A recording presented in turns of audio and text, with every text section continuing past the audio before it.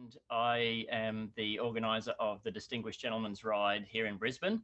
For those that have never heard of it before, it's a worldwide motorcycle charity event where we all get dressed up in our dapper gear and jump on some cool old classic style bikes, and we all ride out together in just about every city of the world, and we raise money for prostate cancer research and men's mental health. So the advantage that has brought, because all the money we raise goes straight through to Movember and then goes out to prostate cancer research and to mental health initiatives, but also it goes to a lot of grassroots community events. So one of the things that that Movember have done is a social connections challenge, and I've been lucky enough to manage to get be one of 18 worldwide to be able to receive some development funding. So for a mental health program for male motorcyclists. So just so you know that the money that's raised does actually go directly to community, and that's what we're sort of talking about tonight, is how we use motorcycles to change community views and ourselves. So I've been riding pretty much all my life. But I won't bore you with all the details of it, but I will turn you over and introduce you to Lynn Doherty, who is the former president of Dykes on Bikes in Sydney, and still a very active member. So I'll get Lynn to have a little bit of a chat about herself and how she got involved in motorcycles and how that's helped with the community. All right, thanks, Jeff. Hi all, so my name's Lynn. I've been a member of Dykes on Bikes in Sydney for around 15, 16 years now. I'm a late bloomer. Unlike Jeff and Damien, who I think were born with a motorcycle between their legs, I didn't actually start riding until much later on in life. So I didn't get my license until I was in my early 40s. Dykes on Bikes, if you've never heard of us, are probably best known for riding at the front of the Mardi Gras parade in Sydney. There are different groups of Dykes on Bikes all around Australia though. And in Sydney, we do a lot of charity work outside of just being the face, so to speak, of the Mardi Gras parade. So like Jeff, one of our big things is to do charity work throughout the year. And of course, when you're talking motorcycles for change and charities, one of the big things is, of course, the pink ribbon rides that go on all the way around Australia. Thanks, Lynn. I think for us, like, because Dykes on Bikes have been going, what, since like the 70s in the US and about, was it late 80s in Australia, wasn't it? Yep. So Dykes on Bikes actually were started in Australia back officially in 1988. There were queer women who were riding together earlier than that, but the official Dykes on Bikes basically started in '88 as a way of getting women involved in the Mardi Gras community, which of course at the time was, strangely enough, a group of gay boys. And motorcycles gave us a window into that world of beautiful leather men and drag queens. So I think we got, like, you and I have an advantage, is that like the organisations with, because the Gentleman's Ride, we're into our 10th year now, and you've been, like, Dykes on Bikes been going for ages, but yep. Damien, you've only just started out. You sort of tried to get going just before COVID hit and interrupted all that. So you're only sort of fresh into using motorcycles as a tool, essentially, to get into the community. Yeah, thanks, Jeff, and hi, Lynn. Yes, that's correct. If I just start, if I can, I just wanted to say g'day. Yalagandera, Galagang Ngoro Buan Yuen, Wemba Yotiota, Granji Damien, Yugarang Mata Muran, Natang Dura, Turabol, Yegra. So that's, I was just saying in Yuan language. My name is Damien. Good evening, and I just wanted to acknowledge the traditional custodians of the land on which GOMA sits, which are the Turrbal and the Yagara people I also wanted to acknowledge the people on the land where I sit. I'm here in Canberra, lovely Canberra, and I wanted to acknowledge the Ngunnawal and the Ngunnawal people, and I wanted to acknowledge my mobs, the Yorta Yorta, the Wemba Wemba, and the Yuin Nation as well. So thanks very much for having me, everybody. You're right, Jeff. I started my company at a really key moment in global history, which was shortly before a global pandemic, which is absolutely the wrong time to get into tourism. If there is a right time, I'm not sure, but so yeah, jumped in about 8 months before I think I launched, and it was designed basically as a way to try and bring people together around and raise awareness around Aboriginal culture and Torres Strait Islander culture. So I think it was one of those things that was brewing in the back of my head for a long time. I'm sure both of you guys have had that as well. And then I saw a video on YouTube, as you do, and it was a bunch of riders who went into a little remote community called Yindamu. And they basically filmed themselves kind of filling up with petrol, and then they were filming the whole thing, and there was this old Aboriginal fella from APY land sitting there, and he was calling them over and they wouldn't come over, so he kind of crossed the street and started to have a chat to them, and they were all and then he would kind of, after a few minutes, he gave up and went back. And it struck me that, you know, that these guys were just nervous about how to engage, right? And they were clear, they're riding across Australia. They were in one of Australia's most remote communities, 350 kilometres northwest of Alice Springs. And then they didn't take the opportunity to sit down and chat with someone for a couple of hours to learn about that place and those people. And so that really inspired me to come up with this idea to kind of take people around and introduce them to local traditional custodians and let them learn about that land, let them learn about that culture, the history that happened on that land, everything they know, the knowledge, the science, the land management, the astrology, everything. So that was the intent. And as you mentioned, it got shut down a bit early. I was very quick to shut it down. I shut it down in January, the company, and I still haven't opened up. I intend to open up later this year. And in fact, it's quite possible my first tour will be from Brisbane. It'll come from Brisbane through to Phillip Island for the Grand Prix. I'm sorry, my light keeps going on and off, showing you all the shades of Aboriginality right there, Brian. It's looking there you go. in Canada too there. Yeah, so it's so that's one of my first tours, I think, later in the year, once the vaccines kind of gotten through the community. I just note, I guess, acknowledge too that Aboriginal people were really kind of clued on to this global pandemic thing. I'm sure there's a few mob out there kind of watching this, I hope, but they'll know that community were ringing people and putting posts out on social and stuff and saying, if you're coming back, come back now because we're shutting down. And this was happening in January. And they shut down early, and which was obviously a great idea. There isn't a single case of COVID that made it into a remote Aboriginal or Torres Strait Islander community. It was one thing I did notice, that that the Aboriginal communities were the first to jump to say, hey, look, let's close and protect themselves before anyone else. So yeah, those old, they're smart, I tell you. Yeah, were they opening up again soon to allow, like, how long do you think before you'll be able to start doing kind of cultural tours back out again?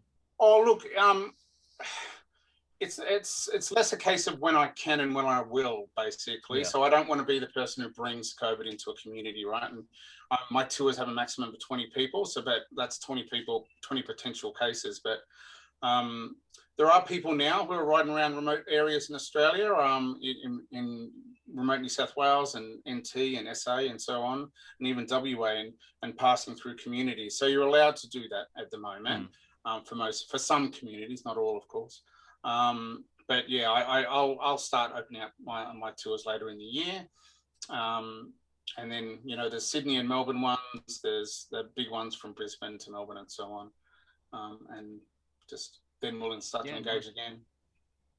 Because one of the things you said about how the communities are viewed coming out, because I think we talked about that a bit the other day when we were chatting, about how other people kind of view what we do on, you know, a whole bunch of bikes coming out and turning up on their place, and you know, and the interaction from both sides essentially to learn about each other. We actually get a really good reaction. So one of the things we did fairly recently, within the last year or so, is we started what I like to think of as an outreach program. So rather than Dykes on Bike Sydney being very much an urban based, we tried to ensure that we actually got out into the rest of New South Wales at least, and did some of the other festivals. So we headed out to Broken Hill for the Broken Hill Festival. We went up to Lismore. We were planning on going down to, you know, Gough, and other places. And when you stop at a small community on your motorbike, so a group of girls, all right, basically, and I use that term generically, please realise, of course, there are gender neutral and others. But when we stop somewhere with our rainbow flags and our patches and everything, we get a great response from all of these small towns. I don't think we hit one bad.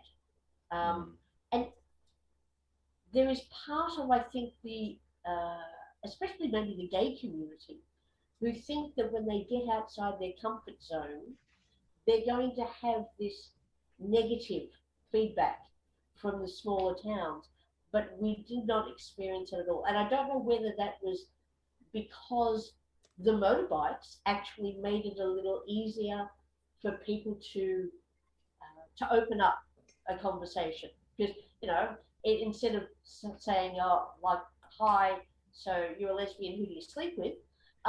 They could talk to me about, oh, I like your bike, it's good, you know, whether they rode or not.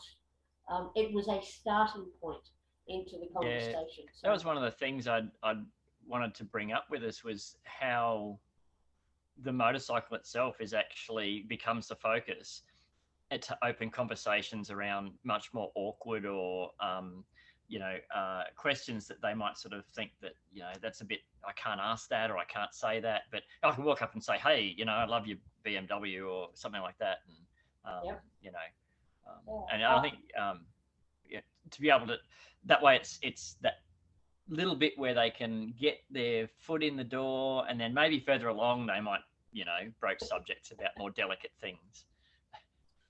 Yeah, look, I'll chime in there. I'll just say, look, my experience is that overwhelmingly people will look for the similarities, right? They'll look for that point of contact where they can start a conversation with you.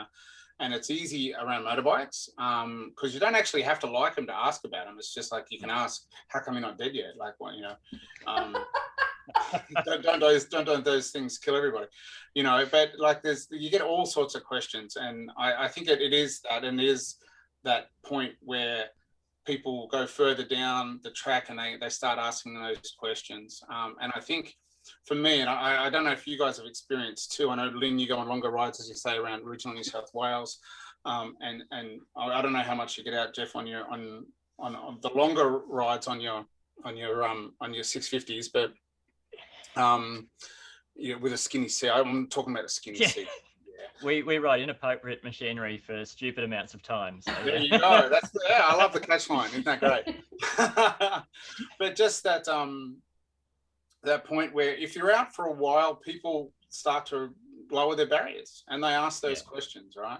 And that's why, for me, when we go on the tours, on my tours run anywhere between 3 days and 5 weeks, and people really start to kind of lower their barriers and start to ask those questions that they would otherwise be afraid to, they feel dumb about, that are blunt, but, you know, they're asking in a respectful way. It's like, I don't know the answer to this. Can you tell me? So I think it's great, and I will kind of go out and say, unlike Lynn, not all my I've got these big panniers on my bike with great big stickers, Aboriginal flag, and a motorbike on it, and really, it's not uncommon to have things thrown at me from moving vehicles as we're going down the highway. But that kind of, when that does happen, it inspires other people to act well and ask, and inquire to you how you doing. So you think that's because of the flag or because you're on a motorcycle? Yeah. Yes, I'm going to say yes. I must admit, we're because in Queensland, we had the anti-association laws come in because of the 1% group. So we were kind of all tarred with the same brush for quite some time. But for us on the Gentleman's Ride was never affected by it. The year that happened, we pulled out of the first, I think it was only the second or third ride we ever did. And we pulled out with 93 guys in suits pulling out of a car park, and the police drove past at the moment we pulled out. And I thought, oh, here we go. And they just laughed and drove past and kept on going because we didn't fit what they were looking for. But so I'm just wonder sometimes, we're how people will actually perceive us as we get around, and whether being on a bike can sometimes be a disadvantage as the vehicle for change. Like whether, when we're going out to some communities, do you ever find that there might be a case where because you're on a bike, you're actually, having more trouble than you would have if you had been, in a car and just turned up? We it was a while ago now, because Dykes and Bikes have changed since this event. But when I initially joined them, one of the things we would do each year was the Salvation Army Toy Run. This was a fairly large ride in Sydney, and it included not only Dykes on Bikes, but a lot of the other motorcycle clubs, some of which may have had slightly more 1% leaning, shall we say. But really, it was just a group of bikers, not bikees, doing good. However, it seemed like the Salvation Army weren't particularly happy with having us associated with them, and it stopped. So they tried to continue it on for a while, but I think the idea behind that is they didn't like the idea of having bikers as a representative, which I found quite weird. Thankfully, the Lost Dogs Home, so we ended up doing RSPCA instead. So now we look after that rather than the Salvos. Yeah, I'll agree. I think the incidents are fewer than the negative incidents are many fewer than they are the positive ones, for example. But it's interesting, and I think I'll acknowledge my own bias in these things as well. I've got a day job that keeps me going, keeps paying the bills. But people I work with will often say, they'll refer to me as a bikie, and it'll grate in my mind. It's like, I'm not a bikie, I'm a bike rider. It's a different thing. But that's that carryover from the 70s, and when 1%ers were a large part of the bike. But I mean, we're talking about motorcycle as a vehicle for change, and it started way back then, right? I mean, it started in the in the 1910s and 20s, back when gentlemen rode motorbikes, as they do these days. But then it went through a change, right? And that those outcasts, those 1%ers, really did kind of make a difference to what motorcycles were and how they were perceived. But I think, to acknowledge, as bad as all that was, and as bad as it continues to be with the 1%ers, which are less about bikes now than profiteering. Oh, but, yeah. That kind of, it did popularize the vehicle, and I think it helps us in many ways to get where we are today. So. Yeah, absolutely. And that's part of what the Gentleman's Ride, I think, is trying to do. It really started, Mark Howard, who started it in Sydney, he was sort of like, saw a picture of, this Don Draper in a suit from Mad Men, you know, on an old bike, and went, that's really cool, you know. And but the whole point of it was to kind of start changing attitudes about motorcyclists, that we don't all wear leather. We don't, you know, they come from all walks of life and, you know, do all sorts of things. So it's nice to see that change starting to roll through in wider attitudes towards not just motorcyclists, but for us to be able to use them to change community views. Yeah, I was going to say, yes, not only is the motorcycle a vehicle for change, we are a vehicle for change for the motorcycle. Yeah, absolutely, yeah. Because everything we do then changes how they... even now, you look at how motorcycles are put out, how people buy them is how the dealers and the manufacturers are going to go towards what they're going to sell. And so how they are actually utilised by us dictates what they're going to do in the future. Yeah, that's really true, isn't it? And I was talking to Lynn earlier. Lynn's a Beamer rider. I'm a big Beamer rider as well. I've got a big 800 adventure for roads just like that. You know, that track, which is up behind me. But it, you know, you look at the marketing behind that, and you've got to be pulling down six figures to kind of get that email in your inbox out of nowhere, you know. Yeah.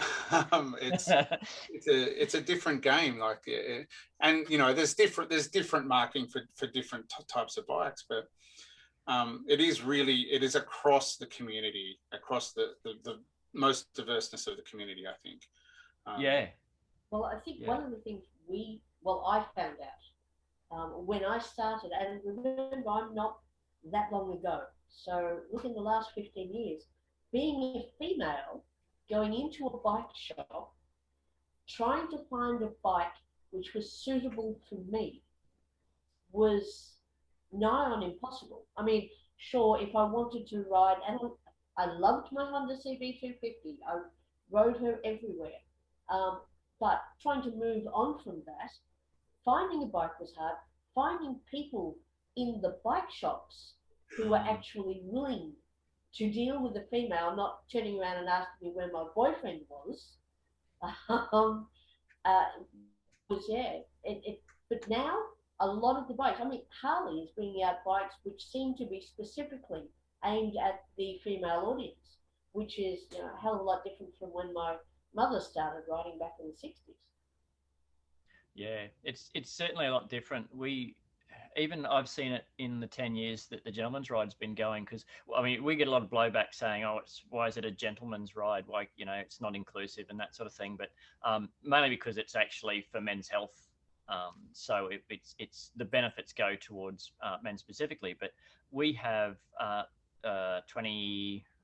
We couldn't do anything last year because it was no ride. We had to ride around all by ourselves. But 2019, we have the Leaders Brisbane female riding group came and did corner marking for us and got involved. And I'm great to see when we get out that we're getting a larger and larger percentage of participants in our rides now are female riders.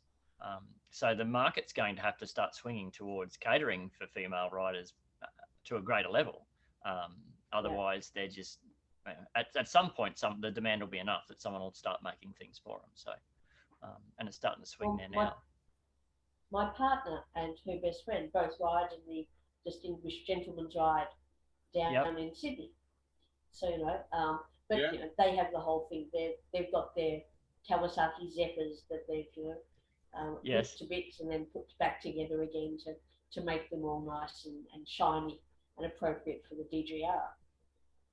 Nice. It's one of those things. It's like my wife's heading out on an adventure riding course just to start learning to handle dirt and that sort of thing. And I don't understand why there's not more of, like, there's no reason why women can't be involved in motorcycling as to the same degree that men are. Where it's not like it's a sport that requires any particular physical abilities or anything like that. It's for everybody.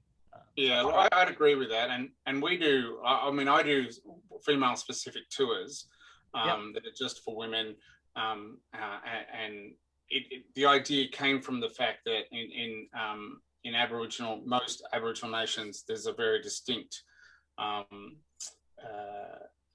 permissions and access around men and women. Women can access certain parts, and men can access certain parts of the country.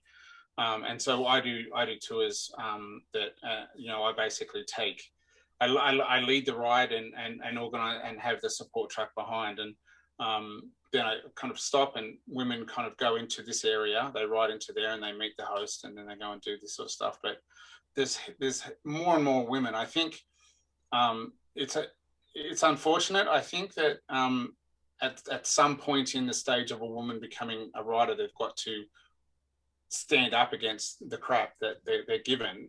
But I do think that's becoming less, because there is more and more of them. Like, I go on a ride here in Canberra with a group every weekend, and there's probably 20% female riders now. Yeah. You know. Well, although one of the things I'd like to actually, because I want to go on one of Damien's tours at some stage, but I did a Cairns to Cape York tour, which I loved.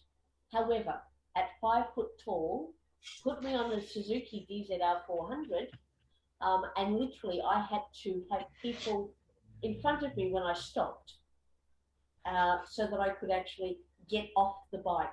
At one point I rode into the bush, up a rock, and ended up balancing on the rock, on the tank, because I could not on the engine, because my legs were not long enough. That's called trials riding. That's a specific style of riding. Oh, okay. Stunt rider. Oh, Lord. At some point, they're going to have to manufacturers start making bikes for shorter people. Yes, please. Yeah, I'm with you. I'm not that tall, and I've got this 800, and like I was talking to Lynn earlier, I've got to pop a cheek off at the stoplights to put my foot down. And when are they going to do that? When are they going to get the lower bikes that still have the good suspension? And yes, it's a. On manufacturers, are you out there? Do this. Yeah, I don't think they'll be watching us somehow. Yeah. Oh. Although BMW did it with my G650 GS, that's factory lowered, so it meant that I could actually put both feet, not totally on the ground, but at least the balls of both feet. I wouldn't want to take it through mud, because I hate mud, but I can with dirt and sand. It's kind of the issue, isn't it? Is fun. Mud is way fun. If you lower the suspension, then you lose your clearance, and next thing you know, you're digging your bike out of the sand because you can't get it low. I know for us on the gentleman's ride, because it's such a different perception that people see. Like, we at Brisbane we cap it at 600 because I don't want to herd more kittens than that. That's a lot of people to try and manage to get through the city. But the city always breaks you up, and you end up with, like 20, 30 people go through, and the first lot go through, and people see this, and 20 to 30 bikes looks a lot when it's on the road. And then, they're all wearing suits, and then the next lot come through and people go, oh, hang on, that's like and then another lot come through. And then, so by the time, they've been primed by the first few, there's people cheering, and, the phones are out and that sort of stuff. So do you find that the public attitude, I know, unfortunately, Damien, you haven't really been going to all that long to be able to get too much of a public attitude, I guess, towards what you're doing, but to see whether there's the way people perceive your what you're doing differently because of the way they see the bikes. And you mean the tours themselves or the bike riding itself? Yeah, the tours themselves, because for us, the gentleman's ride's viewed as it's quite, exciting and very different. And I expect that Lynn would receive sort of a similar thing for Mardi Gras when the bikes are all out and there's the whole atmosphere is going on. But kind of for you, it's you're out in the middle of nowhere with a group of people. I don't know if the crows or the kangaroos get too excited about the bikes going past. So. The emus do. Dumbest animal. Dumbest animal, my God. They'll run from 300 meters over there to be in front of you. I don't understand what they do. So yeah, they get excited. But no, look, people, I think people do get excited. I think it's because we will run 20 people in a tour, which it's not 600, I'll give you that. But it's still a lot to be pulling into a small town like Ivanhoe, and everyone's kind of pulling up and having a feed and getting petrol, and everyone wants to talk to you and everyone wants to know what you're there for. And when that starts to turn around to the conversation around like the tours themselves, most people get excited. Some people don't, but most people kind of go, oh, well, that's a really interesting concept, you know, and like the concept is learn about the land you ride on, learn about the land you're on. And they kind of go, yeah, that's, you know, if you're going to go and learn, then why not do it on a motorbike, right? So, I think there's always an advantage to being in a group of motorbikes and gaining that attention and getting that interest. There are going to be people who get a little bit afraid of that, and I think we're going back there to that perception of what is a bike rider these days, as opposed to what it used to be. But overwhelmingly, I find it's not something that gains notoriety, but it gains interest for sure. Yeah. Because I mean, we all sometimes trade on that, you know, that view that motorcyclists are a little bit reckless and a bit dangerous. You know, the times where every so often we'll use that to our advantage if we can. Every now and then it's actually true. So yeah. Well, I mean, Dykes on Bikes, of course, used the reputation of the big leather-clad biker girl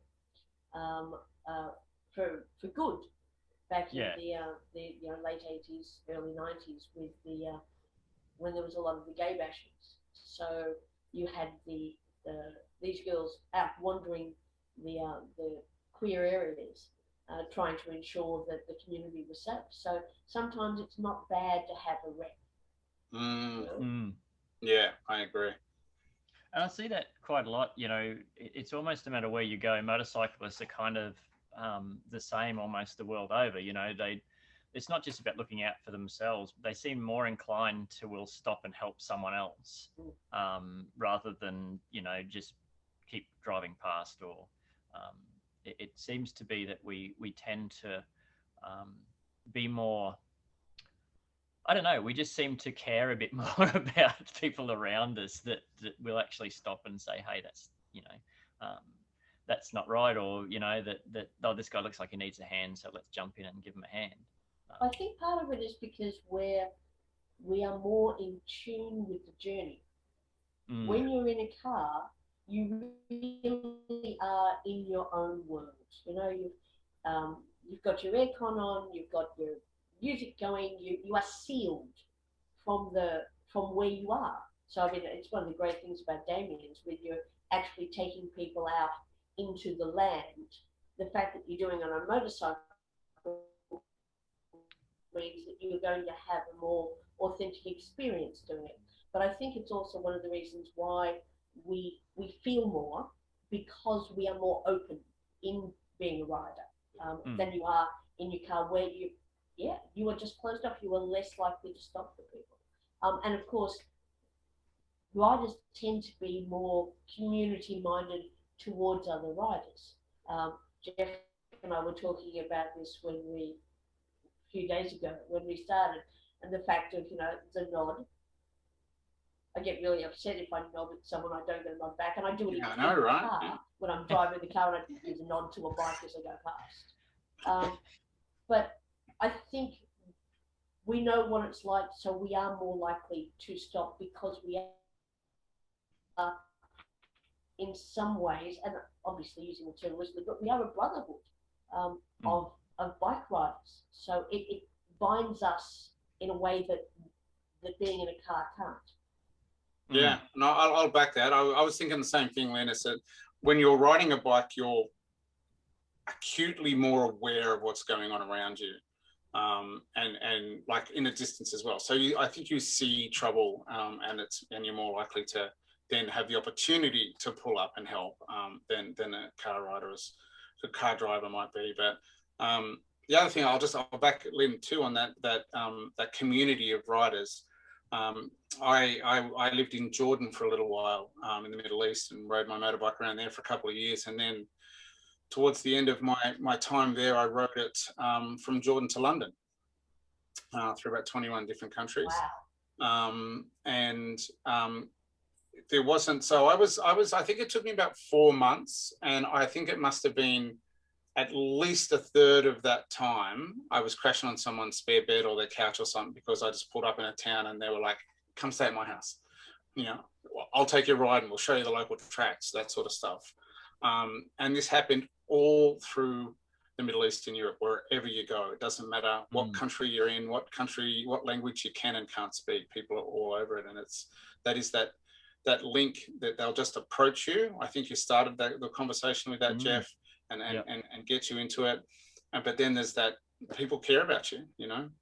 I remember pulling up in a town called Cluj in Romania. And guy came out of the blue and suddenly I was staying at his place. Got a little weird because the spare bed was in he's in his wife's bedroom. But like it basically I went from like pulling up in a town called Cluj that I'd never known about, to having a place to stay, to spending the night on the hilltop on one of that overlooked the city at a movie wrap-up party for you know, this famous movie that had been made in Romania. It's those sort of experiences that you get to have on a bike that I honestly don't think you get to have in any other form of transport. It really does help create that change and spread that message and share the knowledge and the friendship. Yeah, absolutely. Because it's the same with us. You know, out riding around, we have, you know, mostly cafe custom style bikes, but you know, we're out riding around. There's guys on adventure bikes, and most of the guys in our group, they have more than one bike. You know, no one ever has just one. It's always N+1. You know, there's always another one. Yeah, and so some of them have, you know, they have adventure bikes and they have road bikes and they have cruisers, and you know, so no one's ever kind of like, oh, we're with this part of the family at the moment, but that doesn't mean we're not going to go and be with another part of the family, or it doesn't mean we don't care about another part of the family. You know, it's kind of like, you know, at the moment we're just having this experience, and later on we'll go and have another experience with a different group of people, and you know, and be involved in something else. It's one of the things that in psychology I have this thing called the strength of weak connections. So it's about, if your group is only in its own little world, you know, if it's just about so if we were only you know, Vespa riders, or we were only, you know, Kawasaki Vulcan riders, and never associate with anyone else, the actual experiences that you have are much more reduced. So if you have a weak connection to a lot of other groups, you get much more experience, you get a wider range of understanding. And as you guys find out, and the same with us, is that when you take people out into those environments, suddenly they start to go, oh, I see what it's actually like now, you know. And you'd probably see it more so than perhaps Lynn, even Damien, because you're going into environments where people, it's, you know, you might as well go to another country. Well, technically you are. So, well, yeah, I would definitely say you are. Like, you know, any one of my tours will go across 7 nations, at least. But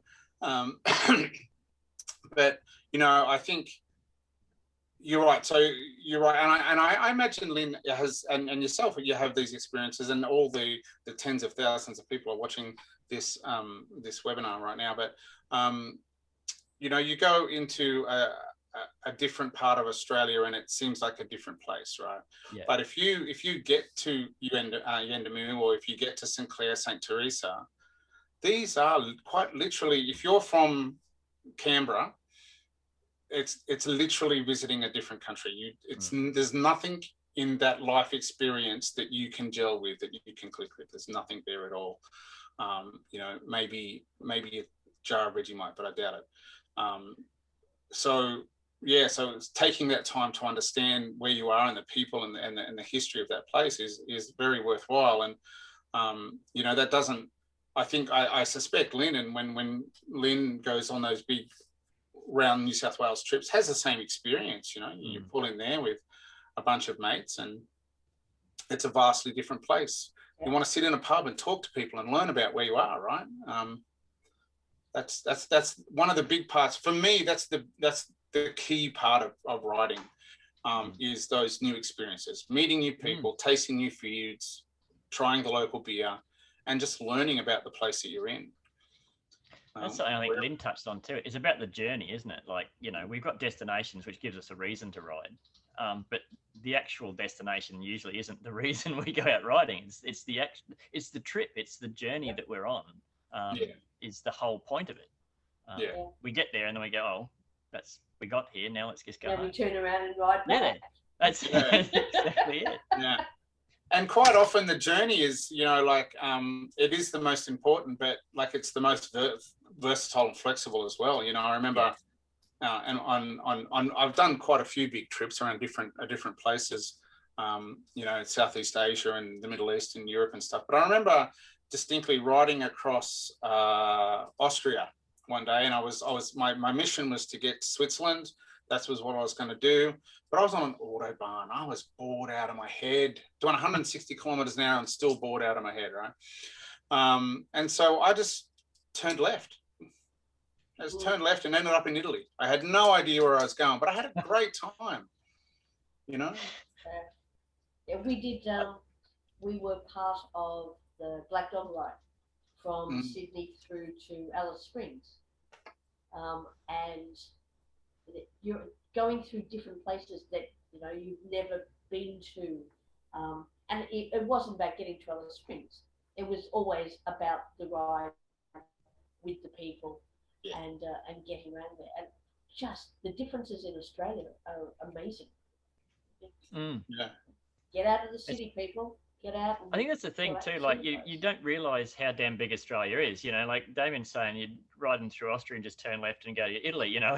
It's like you're riding through Australia, you turn left and you're still in bloody Australia. It's like well, you're still in New South Wales or Queensland for the next. That's it. So I've been riding for 3 days and I'm still in Queensland. It's just. It's one of those things.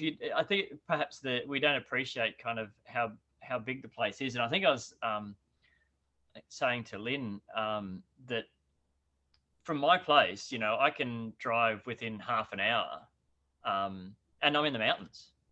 So we're in Brisbane here. We're almost blessed for riding roads. It's just absolutely brilliant to be able to go in virtually any directions except too far east because you hit the ocean. But it's any other direction, and there's just some beautiful roads to ride. I'm so no matter what you're on. Yeah, that was the aim. Thanks, Jeff.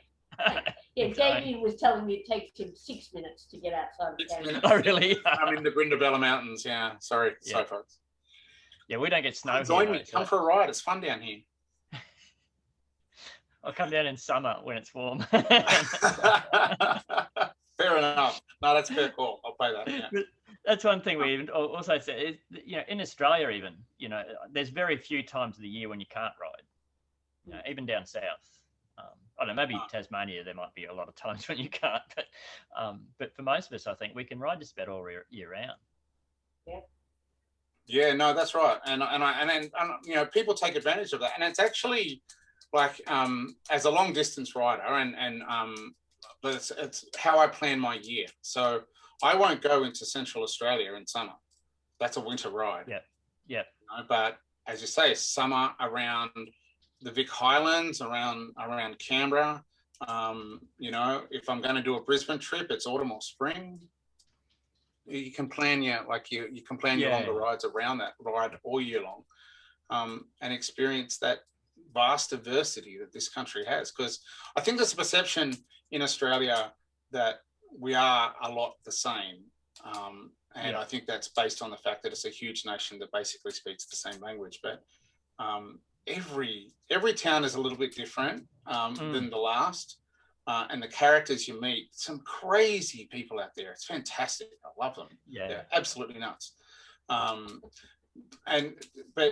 wherever you go, Queensland, Victoria, New South Wales, I said, it's all different, and you get to have a vastly different experience if you choose to engage with those you meet. And that's the thing, on motorcycles, we are more likely to engage over it. Yeah.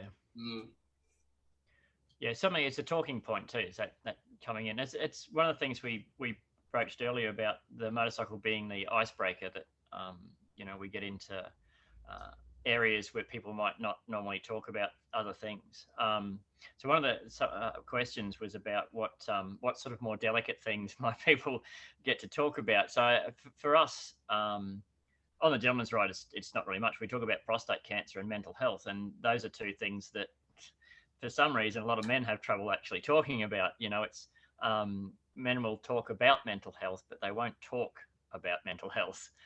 So for us, it's about broaching subjects where people normally would not, you know, feeling comfortable and feeling trusted enough that they're not going to be judged. So I think for you, Lynn, it would probably be the same sort of thing for people that would perhaps want to kind of talk, perhaps not so much about, you know, who do you like to sleep with, but, you know, it's more about, you know, for perhaps even young girls that don't know or don't want to talk, or their parents won't let them talk. You know, there's a whole range, or even for, you know, I know as a guy, sometimes when you're around a group of women, you'll sit there and go, I don't want to say anything that's wrong or inappropriate, or, you know, but yeah, someone's going to think I'm a dickhead or something, you know. It's just it gives them the freedom to bring up those types of things. So if they do have any questions, and of course, if they're worried, it doesn't have to go into an area that they're not comfortable with, right? So you can lay down some, you know, some softening areas by talking about the bike, or talking about your trip, or talking about what you're doing. But with all of that, it's about making that connection with the other person, so that hopefully they will feel comfortable enough that they can actually really ask you what's on their mind. And mental health, especially again for guys, although I still know some women who have problems admitting that might have an issue with their mental health, because they're too strong. And I think actually one of the things is some of it goes along with the biker attitude, because we are seen in some ways as being strong and slightly, you know, the rebel. So to admit that you have a weakness is very difficult for some people.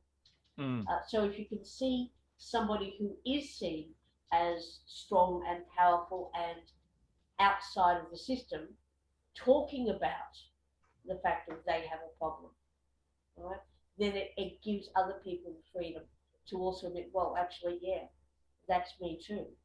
Yeah. And I think probably from, I guess for both you and Damien, there's a lot of, you know, the media beats everything out of proportion. And so what most people see is just what's, you know, they see on TV or Facebook, or, you know,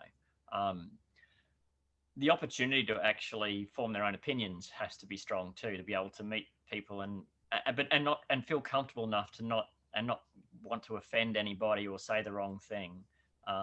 So the motorcycle kind of opens up that, you know, I can go and talk to this person. I think Damien, you and I said something about the same thing, and you were talking about having the Aboriginal flag that on the bike, that people would come up and they'll start conversations about the bike because they don't actually know how to start a conversation about being Aboriginal, or, you know, or anything to do with Indigenous culture.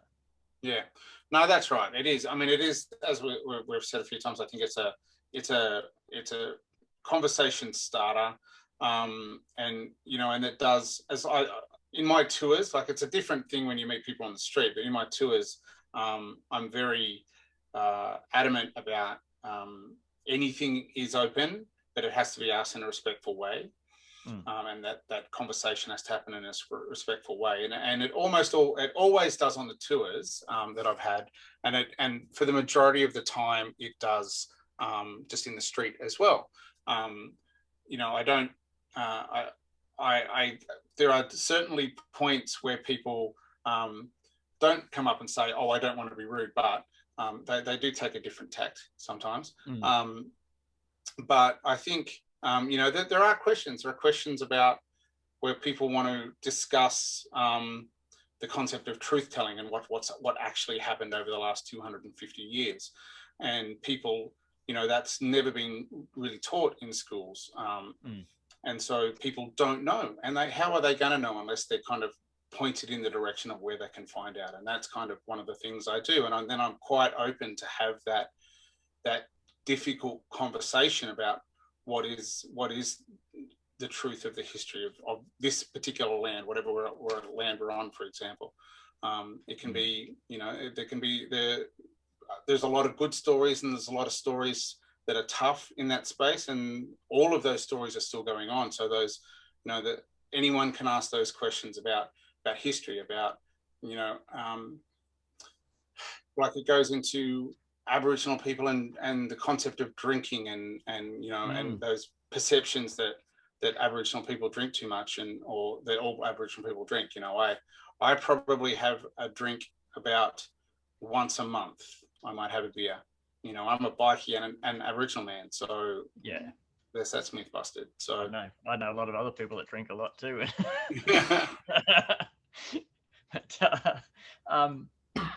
But, because I know for us, are you just reaching for a drink there, Lynn? Or?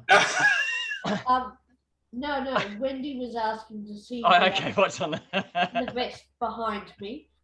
Excuse me a second. I'll just. It's a lovely piece of kit. It is, and look, one of the the words there, Wendy, ride with pride. So that's this was actually the vest. It's not my normal vest. This was the one that I had my mother wearing when I took her on the Mardi Gras parade last year. So it was my first time that I'd ever had someone as a pillion. And yeah, so we set up my mum in the Dykes on Bikes vest with Mother of a Dyke on Bike in nice glittery letters for her, which was sort of appropriate, really. So my first pillion was my mother, and probably I think I was her last pillion because she was pregnant with me when she was riding, and she sold the bike to buy a lounge. Oh, sad, isn't it? Yeah, a little bit. Like, because the lounge was more important at the time, I guess. Well, and I think a lot of the time, of course, that's what happens. Maybe not so much with men. It'd be interesting to do a check on this, but when family comes in, a lot of the time the bike's one of the first things that goes out. Yeah, no, it's the same with most men. Once family come in, they think, I need to actually be sensible and settle down and not be so reckless and dangerous and ride around on motorcycles. I kept riding all my life, so my kids just grew up with it. So I never settled down. But yeah, it is. It's a lot of guys sell their bikes, and it's one of the dangers actually of statistically of men coming back into motorcycling is that they used to ride in the 70s or the 80s, and then they come back in the 2020s and the bikes are suddenly more powerful and handle completely different, and they think that's the thing. The last bike they were on, they were 22. It was a YZ 250 or something like that, right? And they're jumping on it. And now they can afford that 1200. Yeah. Well, they can afford to go and buy a Rocket 3. Yeah, and they think that they still have the riding ability. Yes. That that's when they were actually riding.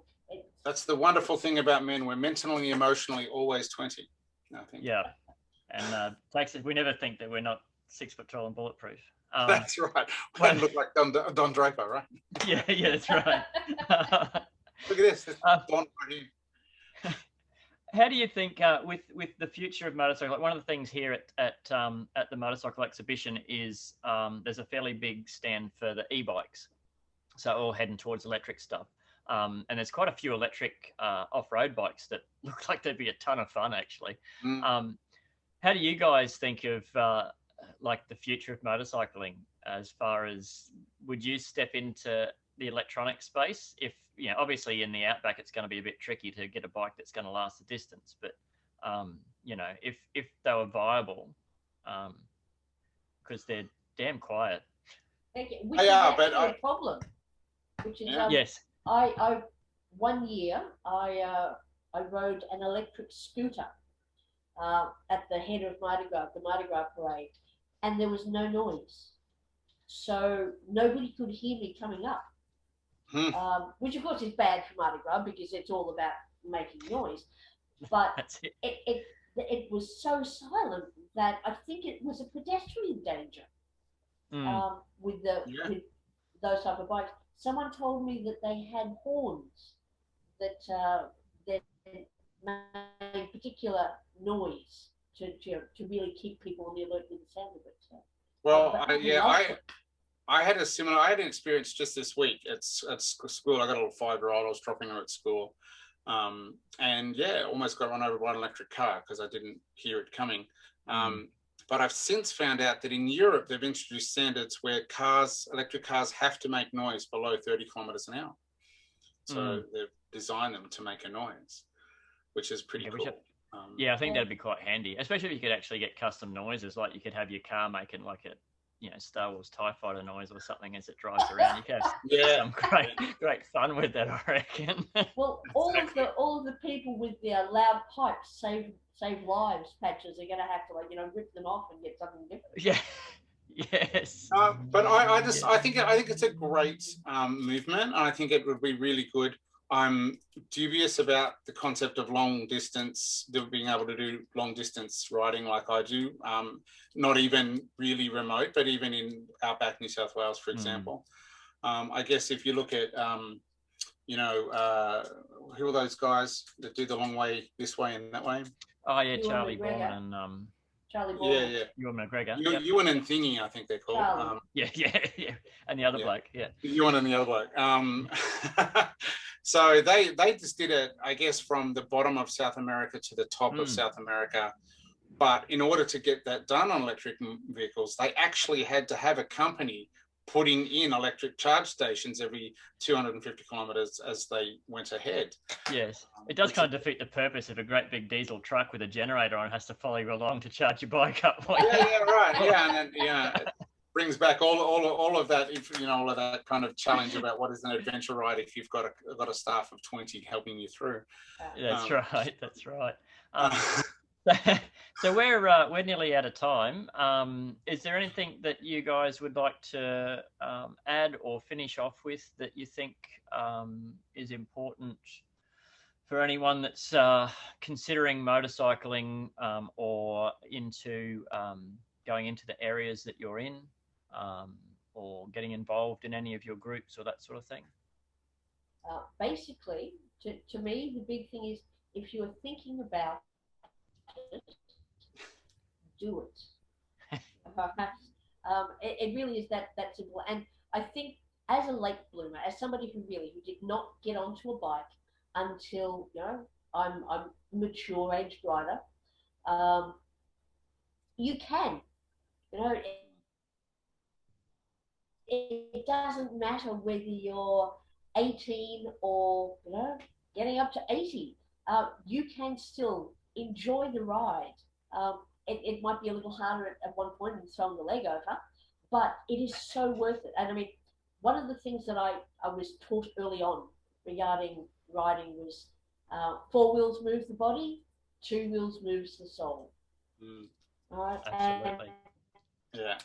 And that always goes to my head. Every time I'm on the bike, it moves not just where I'm going. It's a totally different mind space. So it is worth it. Get out, do it. Find your community. It's one of the things I've loved about becoming a rider is I had my queer community surrounding me. And as being gay, you needed that. But getting on the bike has actually created a wider community for me to be a part of, because not only am I accepted for my sexuality, I am now accepted in a wider group of people because of my love of motorcycles. Right, so do it. Just do it.